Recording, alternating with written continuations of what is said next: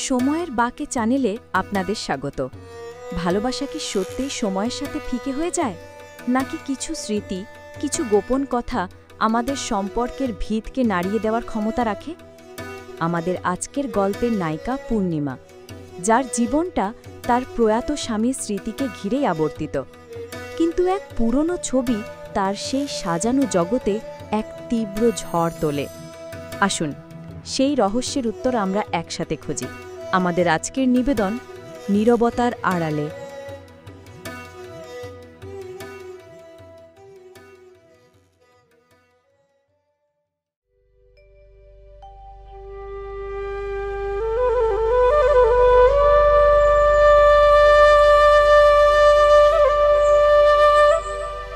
ভোরের নরম আলো তখনও পুরোপুরি ফোটেনি, কিন্তু হাতিবাগানের পুরনো বাড়িটার উঠোনে দুর্গাপূজার মণ্ডপ তৈরির মৃদু আওয়াজ আর দূরের ট্রামের ঘষা লাগার শব্দ জানান দিচ্ছিল কলকাতা জেগে উঠছে। পূর্ণিমা, ৩৮ বছর বয়সী ইতিহাস শিক্ষিকা, বারান্দার রেলিংয়ে ভর দিয়ে দাঁড়িয়েছিল। তার হাতে ভাঁড়ের চা, ধোঁয়া উঠছে বাতাসে। চোখের কোণে হালকা কালচে ছোপ, যেন গত রাতের ঘুমটুকুও কেড়ে নিয়েছে স্মৃতির ভার। পূর্ণিমার জীবনটা বড় ছকে বাঁধা। সকাল ৬টায় ঘুম ভাঙা, শ্বশুরের জন্য ওষুধ আর জল গুছিয়ে রাখা, তারপর স্নান সেরে পুজোর ঘরে কিছুক্ষণ নীরব প্রার্থনা। সায়নের ছবিটার দিকে তাকিয়ে স্থির থাকে কয়েক মুহূর্ত। ৫ বছর, ৫টা বছর পেরিয়ে গেছে সায়নকে হারিয়েছে সে। অথচ মনে হয় এই তো সেদিন, পুজোর ঠিক আগে বাইক অ্যাক্সিডেন্টে সব শেষ হয়ে গেল। সেদিনের পর থেকে এই বাড়িটা, সায়নের স্মৃতি আর শ্বশুরমশায়ের মুখখানা আঁকড়েই তার জগৎ। স্কুলের ঘণ্টা বেজে উঠলে পূর্ণিমার মনে পড়ে ক্লাসের কথা। ইতিহাস তার প্রিয় বিষয়, কিন্তু আজকাল মনে হয় যেন সে নিজেই ইতিহাসের এক অংশ, পুরনো কোনো অধ্যায়ে আটকা পড়ে আছে। ক্লাসে আকবরের সাম্রাজ্য বা সিপাহী বিদ্রোহের কথা বলতে গিয়েও তার মন চলে যায় সায়নের বলা কোনো ইতিহাসের গল্পে, বা তাদের শান্তিনিকেতনের এক বর্ষার সন্ধ্যায়। শিক্ষকতা তার আশ্রয়, যেখানে কিছুক্ষণ অন্য জগতে ডুবে থাকা যায়। চা শেষ করে পূর্ণিমা নিচে নামল। শ্বশুরমশাই, অবসরপ্রাপ্ত অধ্যাপক অরুণীভাব মুখার্জি, বারান্দায় বসে খবরের কাগজ পড়ছেন। বৌমা, চা খেয়েছ? হ্যাঁ বাবা, এই তো নামলাম। পূর্ণিমা মৃদু হাসে। এই মানুষটা তার সব। সায়নের চলে যাওয়ার পর উনি যদি না থাকতেন, পূর্ণিমা হয়তো বাঁচতেই পারত না। সকাল 10টা বাজতেই ট্রামের শব্দ আরও স্পষ্ট হয়। পূর্ণিমা স্কুলের জন্য তৈরি হয়। ৮ পৌরে সুতির শাড়ি, সামান্য কাজল। রাস্তায় বেরোতেই পাড়ার চেনা মুখগুলো, মুদি দোকানের সতুদা, মাছের বাজারের রমামাসি, সবাই কেমন সহানুভূতির দৃষ্টিতে তাকায়। রমামাসি বলেই ফেললেন, কিরে পূর্ণিমা, শরীর ঠিক আছে তো? এত রোগা হয়ে যাচ্ছিস দিন দিন। পূর্ণিমা শুধু হাসে। কি বলবে, শরীর কি শুধু বাইরেই খারাপ হয়, মন কি রোগা হয় না? কলেজ স্ট্রিটের বুক স্টলের পাশ দিয়ে যখন হেঁটে যায়, তার মন কেমন অনমনা হয়ে ওঠে। সায়ন আর সে কত বিকেল কাটিয়েছে এ বইয়ের গন্ধে। কোনো এক পুরনো প্রকাশনের রবীন্দ্রসঙ্গীতের ক্যাসেট বেজে উঠলে পূর্ণিমার ভেতরটা হু হু করে ওঠে। সায়নের প্রিয় গান ছিল আজই ঝড়ের রাতে তোমার অভিসার। এখন তার জীবনটা যেন সেই ঝড়ের পরের বিধ্বস্ত নিস্তব্ধতা। স্কুল থেকে ফিরে পূর্ণিমা আবার গৃহস্থালির কাজে মনোনিবেশ করে। বিকেলের দিকে পুরনো বাড়ির ছাদে একটু দাঁড়ায় এসে। আশেপাশের বাড়িগুলোই দুর্গাপূজার আমেজ। কেউ ঠাকুর গড়ার জন্য বাঁশ বাঁধছে, কেউ প্রতিমার বায়না নিয়ে আলোচনা করছে। ছোটবেলায় দুর্গাপূজার সময় সায়ন আর সে মিলে কত ঘুরত। এখন সেই উন্মাদনাটুকুও কেমন ফিকে মনে হয়। রাত বাড়লে পূর্ণিমা আর তার শ্বশুরমশাই একসঙ্গে খেতে বসেন, ভাত, ডাল আর আলু ভাতে। তাদের দুজনের নীরবতার মধ্যে একটা দীর্ঘশ্বাস মিশে থাকে। খাওয়ার পর শ্বশুরমশাইকে ওষুধ খাইয়ে পূর্ণিমা নিজের ঘরে আসে। দিনের শেষে এই ঘরটা তার একমাত্র আশ্রয়। পুরনো আলমারিটা খুলতেই একটার পর একটা স্মৃতি যেন ঝরে পড়ে। সায়নের পুরনো পাঞ্জাবি, তার হাতে লেখা একটা চিঠি। হঠাৎ হাত ফসকে নিচে পড়ে গেল একটা ছবির ফ্রেম। কাজটা অক্ষত, কিন্তু ছবিটা ধুলো মাখা। পূর্ণিমা কুঁজো হয়ে ছবিটা তুলল। পরিষ্কার করতেই অবাক হয়ে গেল, এটা সায়নের কৈশোরের ছবি। তার সাথে এক অল্প বয়সী মেয়ে, মুখে হাসি।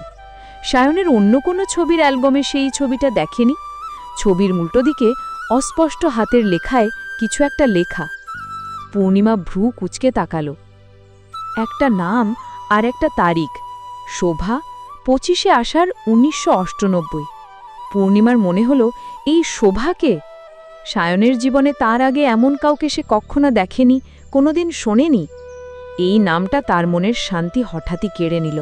একটা অব্যক্ত কৌতূহল আর অস্বস্তি নিয়ে পূর্ণিমা ছবিটা হাতে ধরে বসে রইল।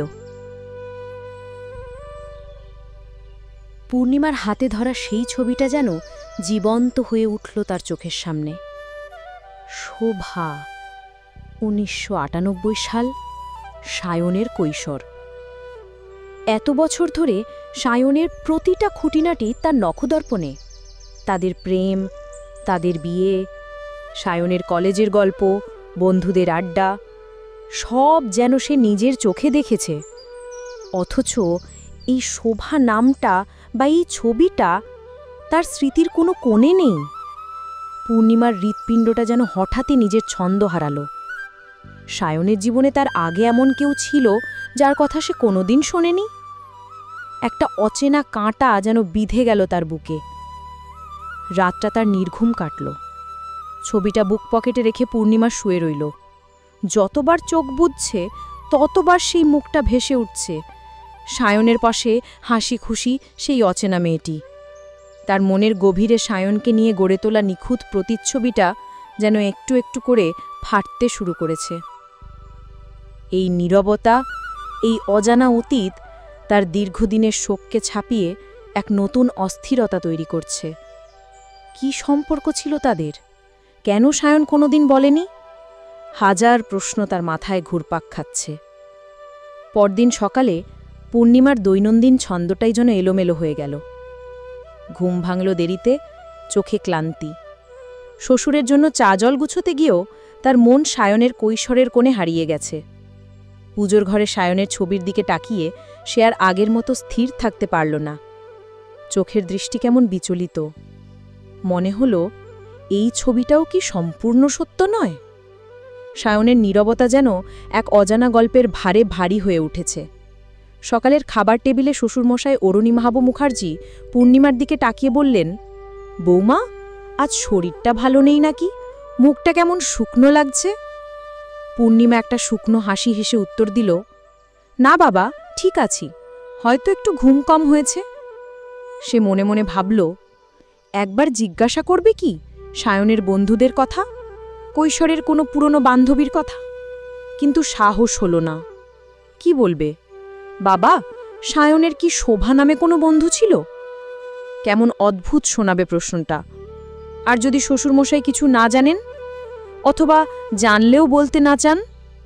এই প্রশ্ন করার মুহূর্তেও সে সায়নকে ছোট করতে পারল না। স্কুলে পৌঁছেও পূর্ণিমার মন অস্থির। ইতিহাসের ক্লাস, আজ আকবরের সাম্রাজ্য পড়ানোর কথা, কিন্তু তার মন ক্লাসের বাইরে, সময়ের স্রোতে অনেক পেছনে। সহকর্মী মৌসুমী তার পাশের চেয়ারে বসে টিচার্স রুমের কোলাহলে পূর্ণিমা চুপচাপ বসে থাকা দেখে এগিয়ে এলো। পূর্ণিমা, কি রে, আজ এমন মনমরা হয়ে আছিস কেন? পুজোর কদিন পরেই তো ছুটি, এখন তো ফুর্তি করার কথা। পূর্ণিমা মৃদু হাসল। কিছু না রে, একটু শরীরটা ম্যাজম্যাজ করছে। মৌসুমী কাঁধে হাত রাখল। তুই বড্ড নিজেকে গুটিয়ে রেখেছিস রে। সায়ন তো চলেই গেছে, কিন্তু জীবন তো আর থেমে থাকে না। তোর বাবা মা বর্ধমান থেকে আসছে না পুজোর সময়? আসবে বলেছে, পূর্ণিমা অনমনস্কভাবে উত্তর দিল। মৌসুমী আরও কিছু বলতে যাচ্ছিল, কিন্তু প্রধান শিক্ষকের গলার আওয়াজ শুনে থেমে গেল। ক্লাসের ব্ল্যাকবোর্ডের দিকে তাকিয়েও পূর্ণিমার চোখের সামনে ভেসে উঠল সেই অচেনা মুখের ছবি। ইতিহাসের বইয়ের পাতা যেন ফ্যাকাশে হয়ে গেল। তার নিজের জীবনের ইতিহাসই আজ এক নতুন মোড় নিচ্ছে। ছাত্রছাত্রীদের পলরব তার কানে যাচ্ছে না। সে যেন একাই একটা নির্জন দ্বীপের বাসিন্দা হয়ে গেছে। স্কুল থেকে ফিরে বাড়ির পথটাও আজ যেন দীর্ঘ মনে হলো। কলেজ স্ট্রিটের বইয়ের দোকানের পাশে সেই পুরনো রবীন্দ্রসঙ্গীতের ক্যাসেট আজও বাজছে। আজই ঝড়ের রাতে তোমার অভিসার। আগেই গানটা শুনলে তার বুক ফেটে কান্না আসত, সায়নের স্মৃতি মনে পড়ত। আজ মনে হলো সায়নের জীবনটাও কি তবে ঝড়ের মতো ছিল, যার ভেতরের সব খবর সে রাখত না? রাতের খাবার পর শ্বশুরমশাই ঘুমিয়ে পড়লে পূর্ণিমা নিজের ঘরে এসে আলমারিটা খুলে বসল। সায়নের পুরনো জিনিসপত্র ঘেঁটে দেখতে শুরু করল। কোনো পুরনো ডায়েরি, কোনো চিঠিপত্র, কোনো বন্ধুত্বের চিহ্ন। অনেক খোঁজেও শোভার কোনো উল্লেখ পেল না। শুধু সেই ছবির উল্টো দিকের অস্পষ্ট লেখাটা বারবার চোখে পড়ল। শোভা, 25শে আষাঢ় 1998।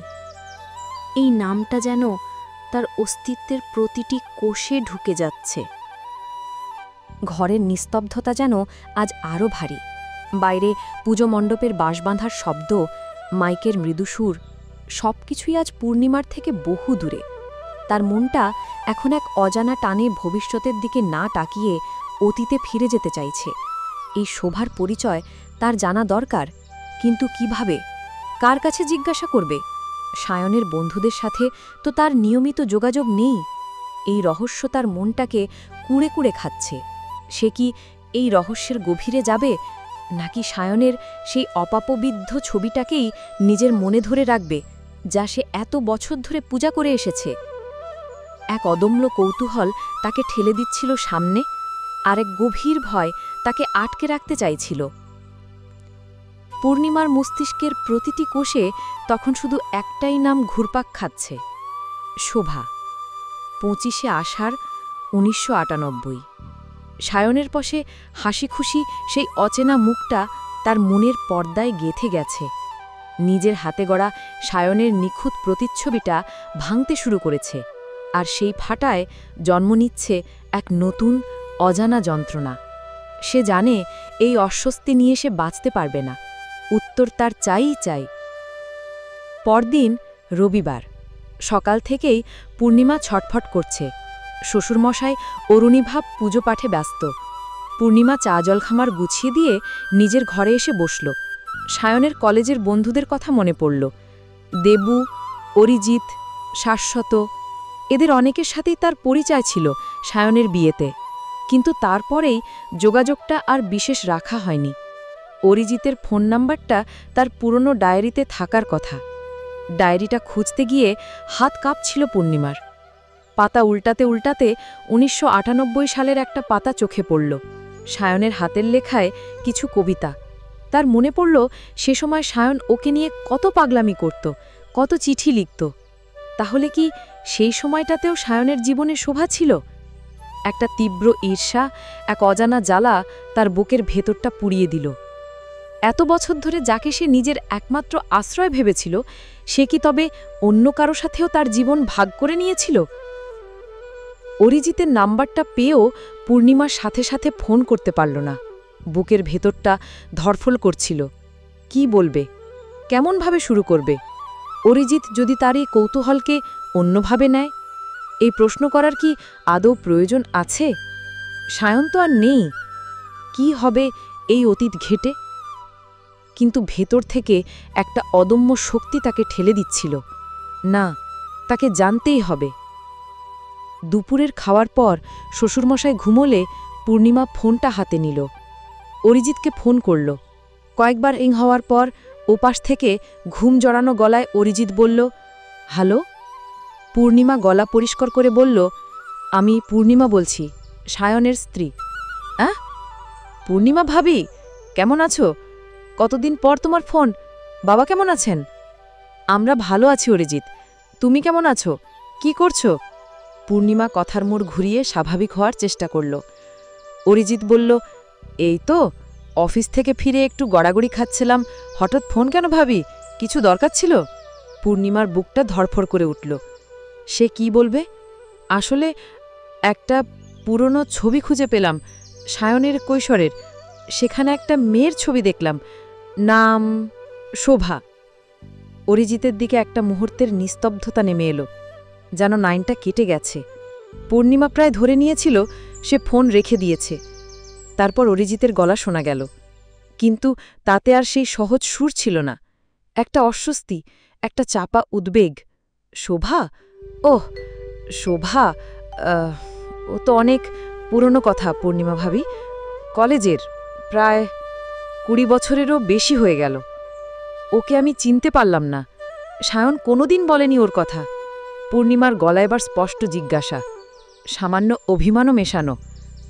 অরিজিৎ একটু ইতস্তত করে বলল, আসলে শোভা ছিল সায়নের প্রথম প্রেম, স্কুলের শেষ দিক থেকে কলেজের প্রথম দিক পর্যন্ত। ওদের ব্যাপারটা বেশি দিন টেকেনি। স্কুলের প্রেম তো, মানে কৈশোরের ভালো লাগা। সায়ন বলতো না, কারণ হয়তো বিষয়টা ওর কাছে খুব একটা গুরুত্বপূর্ণ ছিল না। পরে বা হয়তো ভুলে গিয়েছিল। ভুলে গিয়েছিল? পূর্ণিমা প্রায় ফিসফিস করে বলল। এই সামান্য তথ্যটুকু যেন তার মাথার উপর আকাশ ভেঙে দিল। সায়নের প্রথম প্রেম, আর সায়ন তাকে এই কথা কোনোদিন বলেনি। ঘরের ফ্লুরোসেন্ট আলোটা মিটিমিটি জ্বলছিল। বাইরের গলিতে পাড়ার ছেলেরা ব্যাট বলের শব্দে মগ্ন। রান্নাঘর থেকে ধূপ আর সর্ষের তেলের ভাজাভুজির মৃদু গন্ধ ভেসে আসছে। রবীন্দ্রসঙ্গীতের মৃদু সুর ভেসে আসছিল পাশের বাড়ি থেকে, কিন্তু এসব কিছুই পূর্ণিমার কানে ঢুকছিল না। সে যেন শূন্যে ভাসছে। আসলে ওটা নিছকই খেলে মানুষই ছিল পূর্ণিমা ভাবি। সায়ন তোমাকেই ভালোবাসত। অরিজিৎ যেন পূর্ণিমাকে আশ্বস্ত করতে চাইল। পূর্ণিমা সরাসরি প্রশ্ন করল, ওর সাথে তোমাদের যোগাযোগ আছে? না না, কলেজের পর সবার সাথে যোগাযোগ ছিল না। শোভা তো অন্য শহরে চলে গিয়েছিল পড়াশোনার জন্য। তারপর আর তেমন খোঁজ রাখিনি, মনেও নেই তেমন কিছু। অরিজিৎ দ্রুত উত্তর দিল, তার গলায় যেন একটা অস্বস্তি স্পষ্ট। সেই যেন এই প্রসঙ্গটা দ্রুত শেষ করতে চাইছে। পূর্ণিমা আর কিচ্ছু বলল না, শুধু বলল, ঠিক আছে অরিজিৎ, ভালো থেকো। তুমি নিজের খেয়াল রেখো পূর্ণিমা ভাবি। অরিজিৎ ফোন রেখে দিল। পূর্ণিমা ফোনটা নামিয়ে বিছানায় বসে পড়ল। তার সমস্ত শরীর যেন কাঁপছে। সায়নের প্রথম প্রেম, একটা মিথ্যে, একটা গোপনতা। এত বছর ধরে সে সায়নকে যেভাবে দেখেছে, সেই ছবিটা মুহূর্তের মধ্যে শতধা বিভক্ত হয়ে গেল। তার দীর্ঘদিনের শোক, সায়নকে ঘিরে তার পবিত্র ভালোবাসার অনুভূতি, সবকিছু যেন এই মুহূর্তে এক তীব্র ধাক্কা খেল। এই নীরবতা, এই অপ্রকাশিত সত্য তার মনে এক বিরামহীন যন্ত্রণা সৃষ্টি করেছে। তার চোখ সায়নের ছবির দিকে গেল। ছবিটা যেন আজ আর অপাপবিদ্ধ লাগছে না। একটা মেঘ যেন তাকে ঢেকে রেখেছে।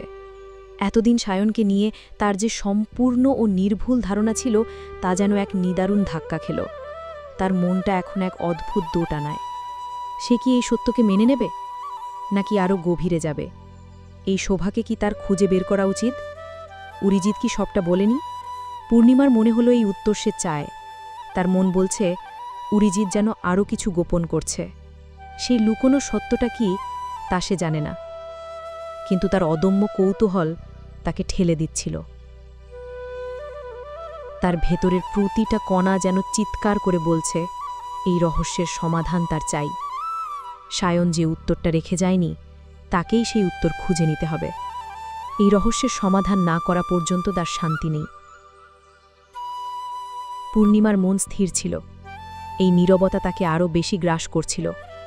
সায়নের শূন্যতা এমনিতেই তার জীবনকে অর্থহীন করে দিয়েছিল। তার উপরে এই নতুন আবিষ্কৃত সত্যটা তাকে আরও দিশাহীন করে তুলছিল। না, আর সে চুপ করে থাকতে পারবে না। তাকে জানতেই হবে। এই রহস্যের সমাধান না হওয়া পর্যন্ত তার শান্তি নেই।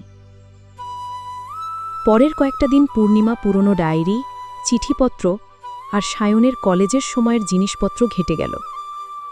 মাটির ঘরের এক কোণে সায়নের পুরনো ডেস্ক, যার ড্রয়ারগুলো বহু বছর ধরে অগোছালো পড়েছিল, আজ যেন নতুন করে তার সামনে খুলে গেল।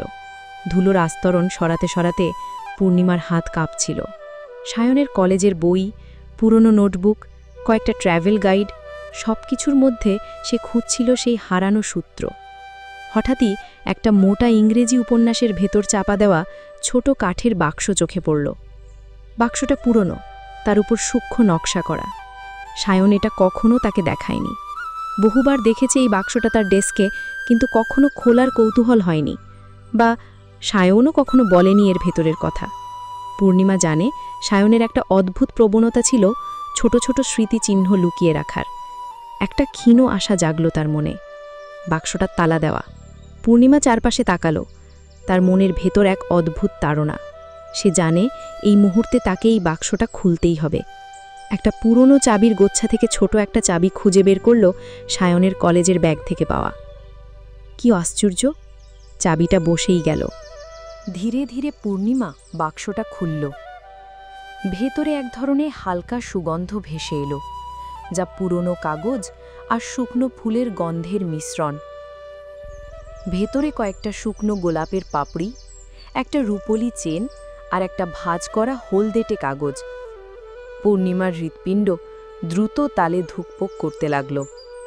সে জানে এই কাগজেই তার সব প্রশ্নের উত্তর লুকিয়ে আছে। কাগজটা সাবধানে খুলল পূর্ণিমা।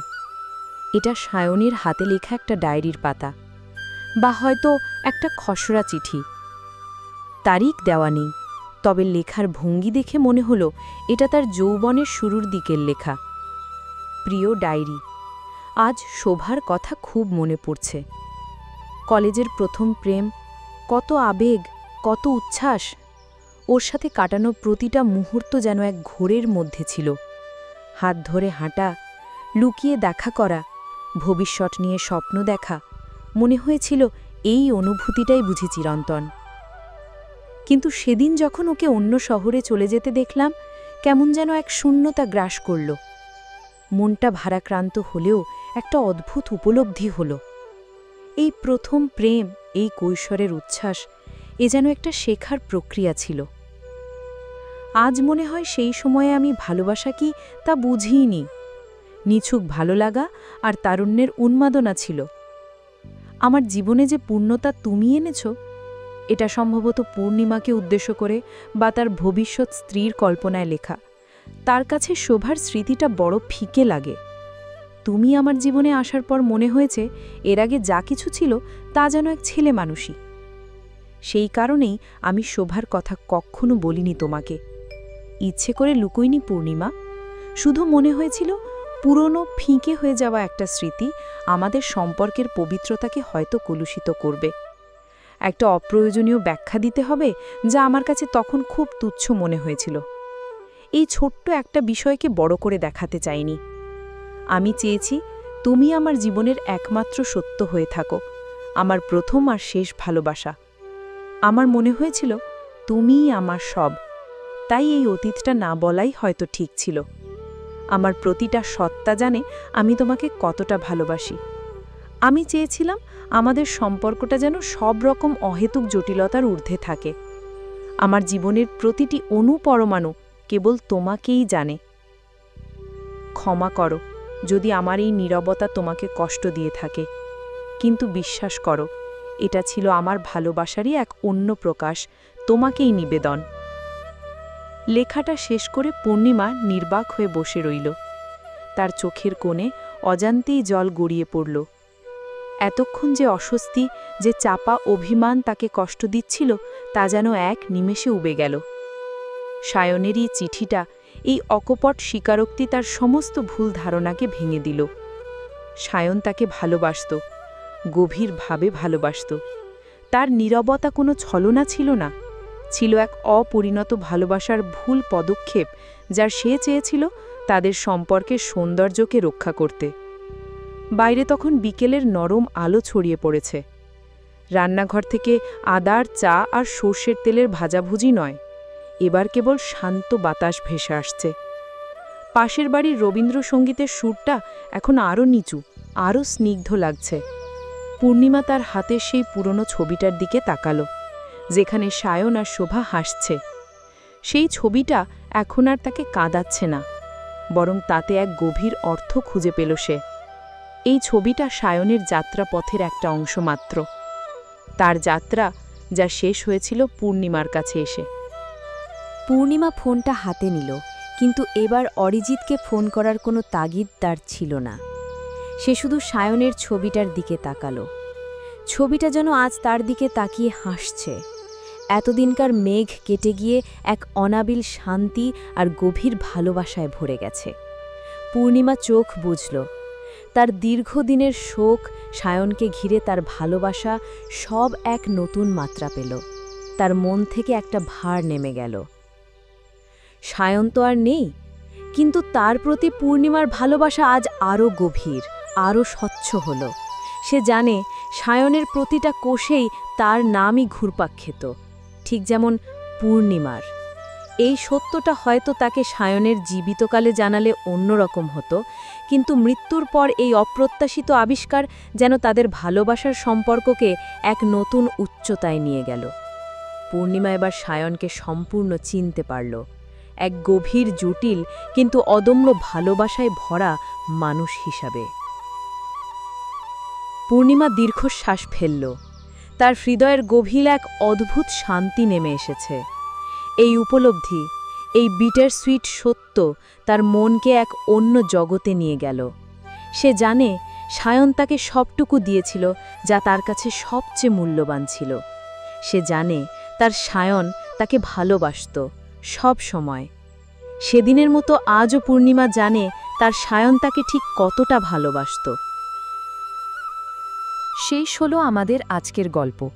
পূর্ণিমা তার সব প্রশ্নের উত্তর খুঁজে পেয়েছে, কিন্তু তা এক তিক্ত সত্যের মধ্যে দিয়ে। সায়নের নীরবতা কোনো ছলনা ছিল না, ছিল ভালোবাসারই এক অন্য প্রকাশ। এই উপলব্ধি তাদের সম্পর্ককে এক নতুন উচ্চতায় নিয়ে গেল। গল্পটি আপনার কেমন লাগলো আমাদের অবশ্যই কমেন্টে জানান। ভালো লাগলে লাইক ও শেয়ার করে আমাদের উৎসাহিত করুন। সময়ের বাঁকের নতুন গল্পের আপডেট পেতে চ্যানেলটি অবশ্যই সাবস্ক্রাইব করুন। আবার দেখা হবে সময়ের পরের কোনো বাঁকে নতুন এক গল্পের সাথে। ধন্যবাদ।